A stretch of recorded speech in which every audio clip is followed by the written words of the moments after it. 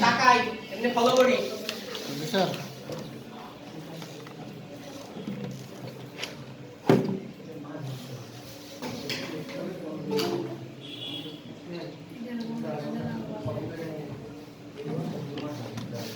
আচ্ছা এদিকে দেখি ওয়ার্ড নিতে পারি ওয়ার্ড নিব কিভাবে বলেন দেখতে পাচ্ছেন না এটা দেখা যায় না ঠিকই আছে আচ্ছা ওয়ার্ড নিব কিভাবে ওয়ার্ড নেওয়ার জন্য রাইট একটা ফাইল ফোল্ডারের ভিতর রাইট ক্লিক করে নিতে গেলে ওয়ার্ড নিতে পারবো তাই তো এটা তো জানি জি আর একটা সিস্টেম আছে উইন্ডোজ বাটন ক্লিক করে ওয়ার্ড নিতে পারি আমরা উইন্ডোজ থেকে নিব এখন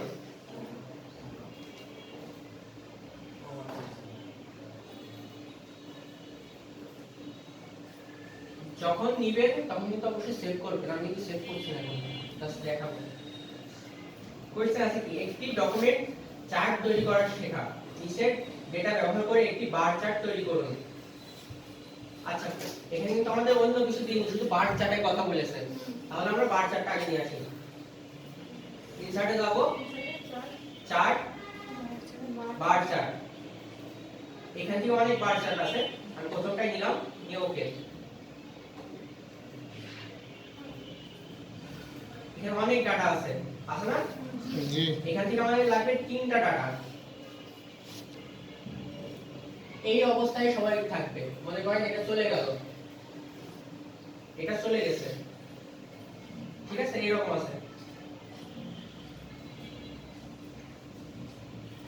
চলে গেছে এখন আমি ডাটাটা আবার এডিট করব কিভাবে রাইট ক্লিক এডিট ডাটা পারবো জি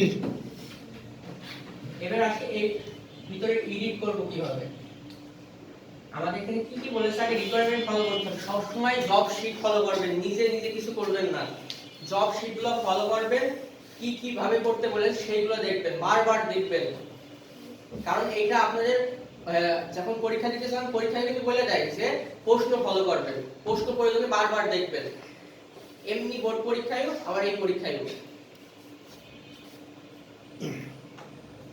হেলমেটের কথা বলেছে আচ্ছা হেলমেটটা নিলাম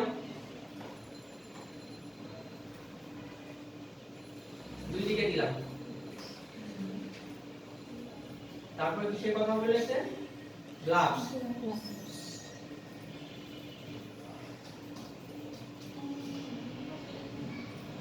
তারপর কি গগস চশমা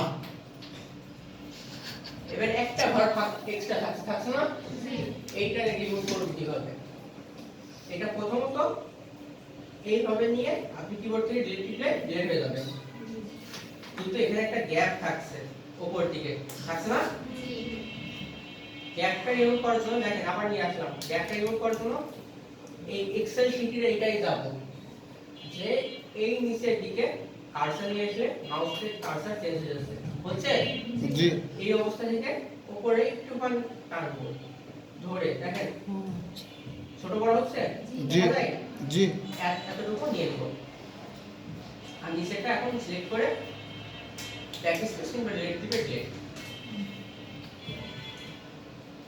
এখন আমি এই ডাটাগুলো ডিলিট করে দিই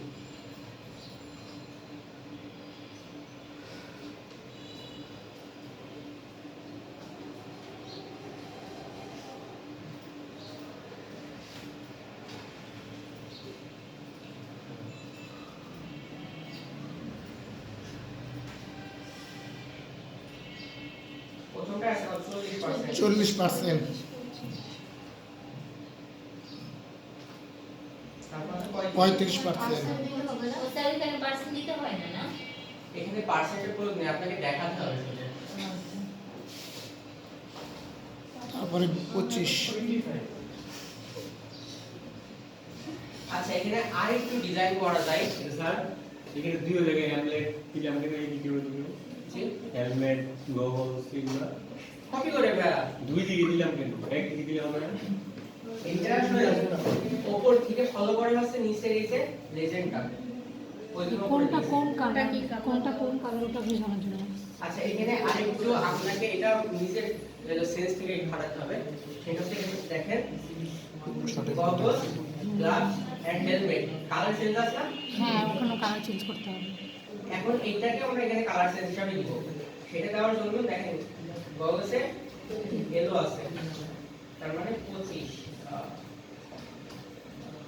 স্যার কালারের কথাটা কি বলা থাকবে? না, কালার এখন রিকোয়ারমেন্ট নাই। আপনার ইচ্ছা মতো দিন। ও, এখান থেকে কি বলবো? দেওয়ারও তো দেওয়ার দরকার নেই সময় তো। এটা সাদা কালো থাকবে। স্যার এরকম করে দিলে কেমন? ওই দেখেন কালার মিলেছে, নিচে কালারের সাথে এটা আপনাকে মিলাতে হবে। এই রিকোয়ারমেন্ট গুলো আপনাকে ফলো করতে হবে। যদি অ্যানসার নাও দিয়ে দেয়, জব এটা নাও থাকে, এগুলো নিজের আপনার থেকে করতে হবে। এটা সাধারণ জ্ঞানের মতো করে করতে হবে, কারণ এটা আপনার ব্যক্তিগত লাইফে প্রয়োজন আছে সৌন্দর্যের জন্য। স্যার স্যার কালারগুলো ফোকাস চার্ট অ্যাড দিলে করা। এখানে হেলমেট অ্যাড করা লাগছে না?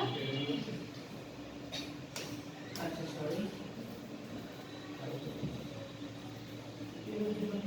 ওই লোগোটা পাল্টা করে আমাদের দেখতে হবে।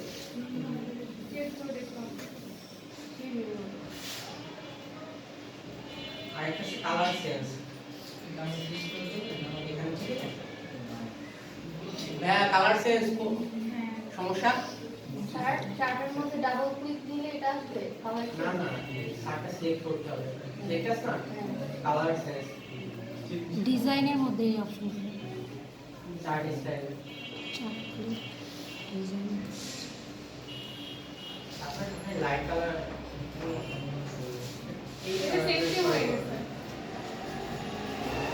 তিনটা স্যার তিন কালার দেওয়া যাবে। এটা ঠিক আছে। এখন ঠিক আছে।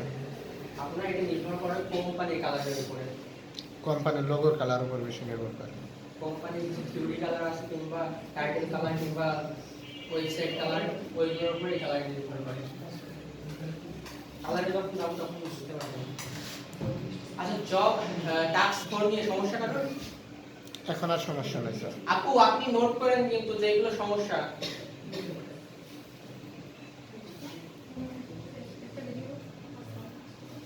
না, এটা কেটে দেবো? জি স্যার। আপনার সমস্যা আর সমস্যা আছে একটাই? কোনো সমস্যা